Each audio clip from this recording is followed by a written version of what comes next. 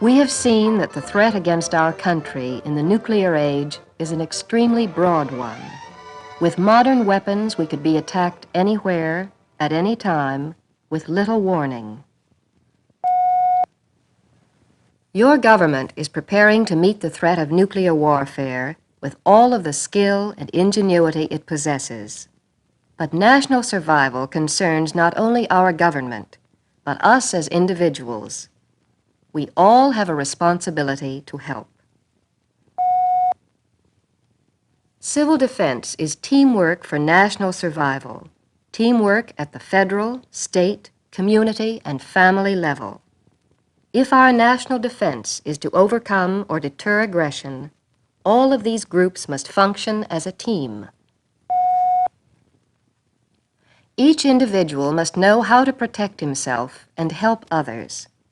Every member of the family must be coached in the business of survival. Civil defense officials are well aware of the power of women and are calling on the nation's homemakers to do the coaching. Each family must have its own emergency action plan, and it must have the training and available resources to carry it out. This takes careful preparation and practice. Above all, every member of the family should understand radioactive fallout and how to protect himself from it. Everyone should be familiar with our warning signals. They call for instinctive action. Everyone must also know about the emergency communication system, and it is well to know and understand where the warning stems from and how it will be relayed by CONELRAD. And all should know first aid and emergency home preparedness. Trained assistance probably will be unavailable in a national emergency, and each family will have to care for itself and its members. Every member of your family should have specific tasks to perform in an emergency. Once everyone knows his job, the entire family should practice your home protection exercises. Do it regularly, at least once every 3 months.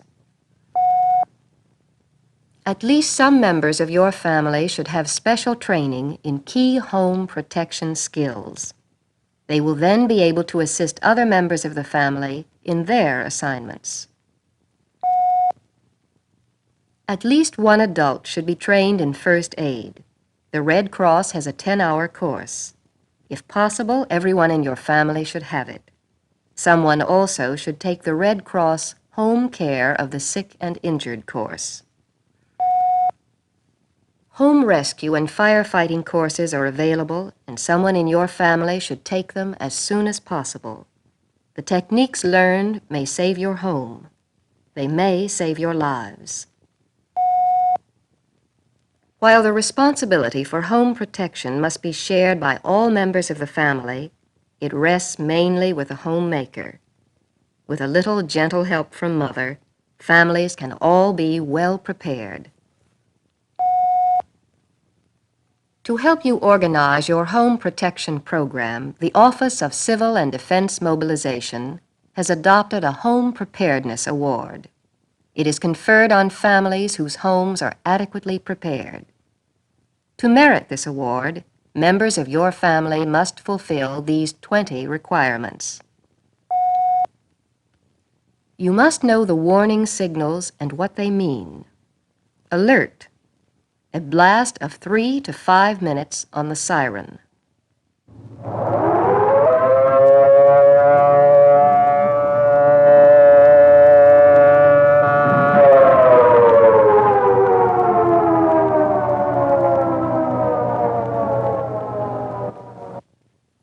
Which means take action as directed by your local officials. And a warbling tone.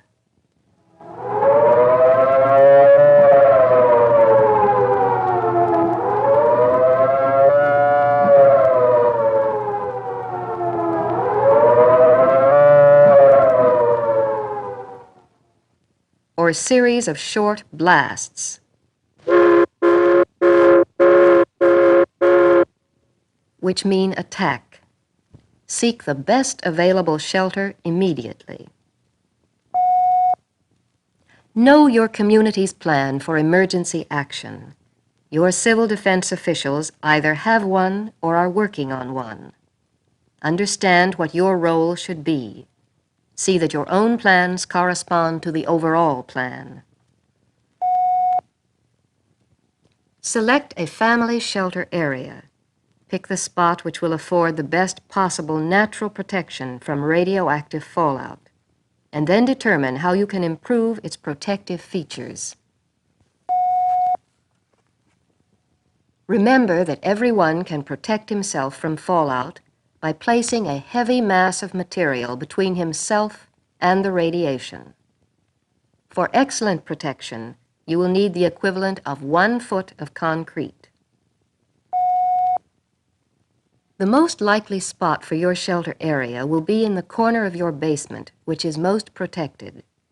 Additional shielding may be added by blocking windows with sand, bricks, magazines, or other heavy material. You will need plans for emergency cooking. A small cooking unit which will utilize the least oxygen is best. Candle, for instance. Be sure you have plenty of fuel and matches. You will also need a plan for emergency heating in the event of cold weather. A portable electric heater would be good until the power goes off. When the electricity is cut off, you will need emergency lighting. An adequate low-level lighting system can be constructed economically. Consult your family fallout shelter book for directions. Have the man of the house fix up the low-level lighting system on a standby basis. The occasional need for a brighter light can be met by a flashlight or an electric lantern. Don't forget spare batteries. Next, know what to do about radioactive fallout. It will be one of the primary threats in an attack, but you can protect yourself. Select your shelter area with fallout protection in mind. Learn which locations offer the best natural protection from fallout. Remember that basements in office and apartment buildings are very good because of their heavy construction. And in the event someone becomes exposed to fallout, you must know decontamination measures. Also, how to dispose of contaminated clothing, food, or water. You must have a 2-week supply of food and water. Get sample menus from your civil defense officials. Put the emphasis on canned and bottled foods which require little or no cooking.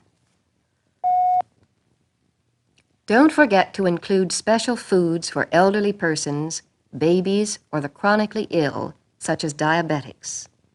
Remember that pleasing the family's taste will be more important to their morale in an emergency than it is at the dinner table.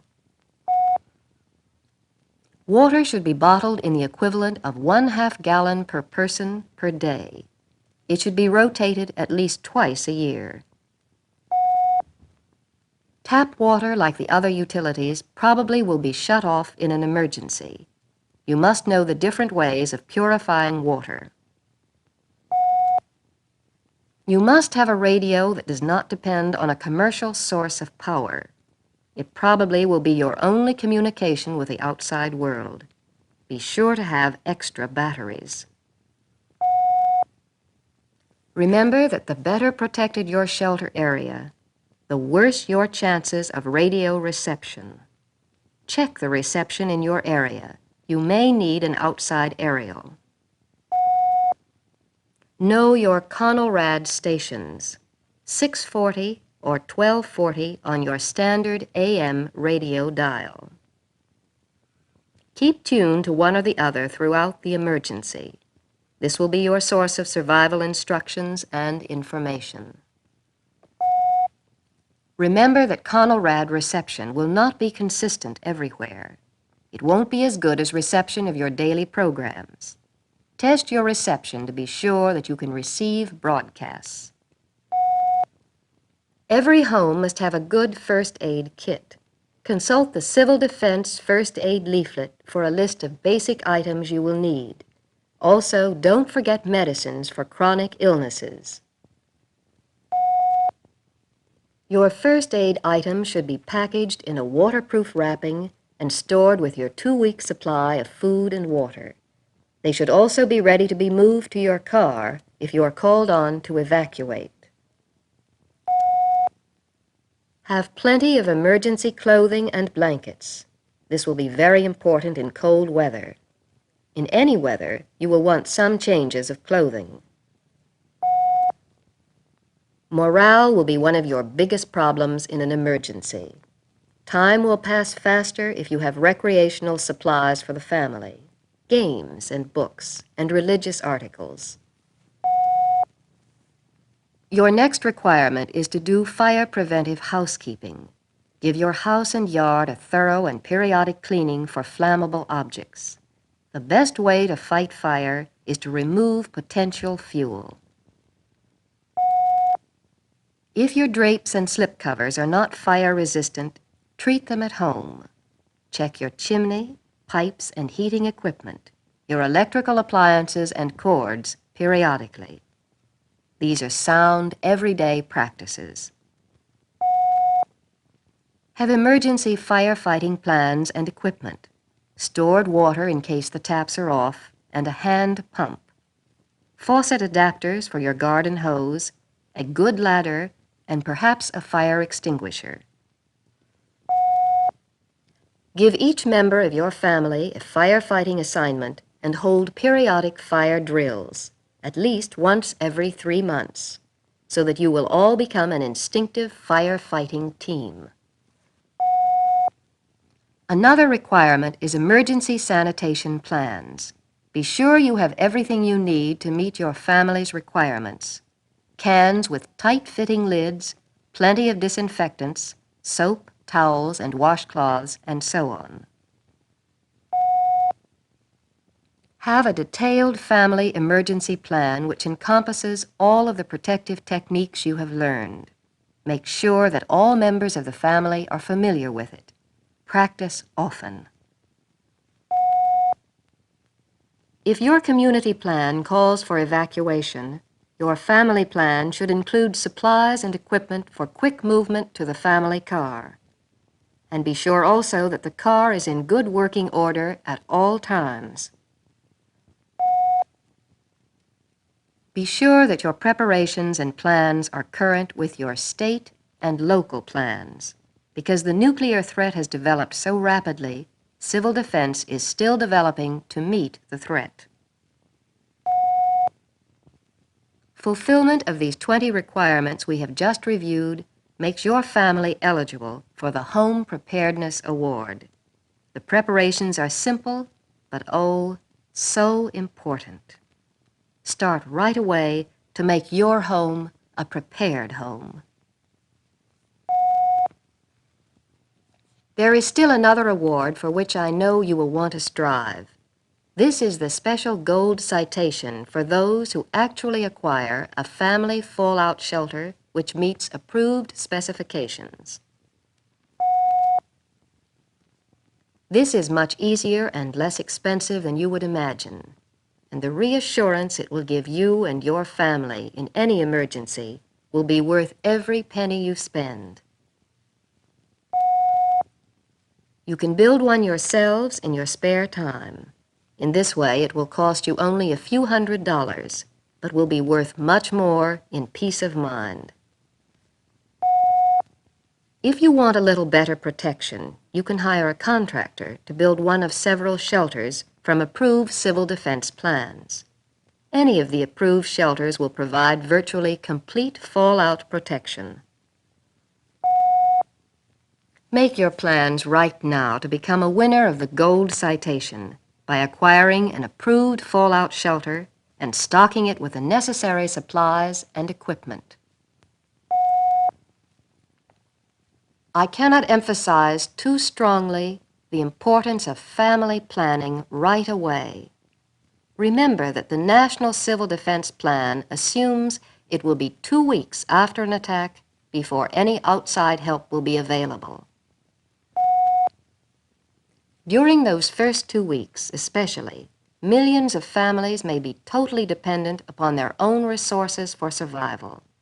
None of us wants to chance the possibility that ours will not be adequate. Let's don't leave it to chance, then. A minimum of effort will pay handsome dividends in an emergency. And right now, in your family's increased sense of security in these troubled times.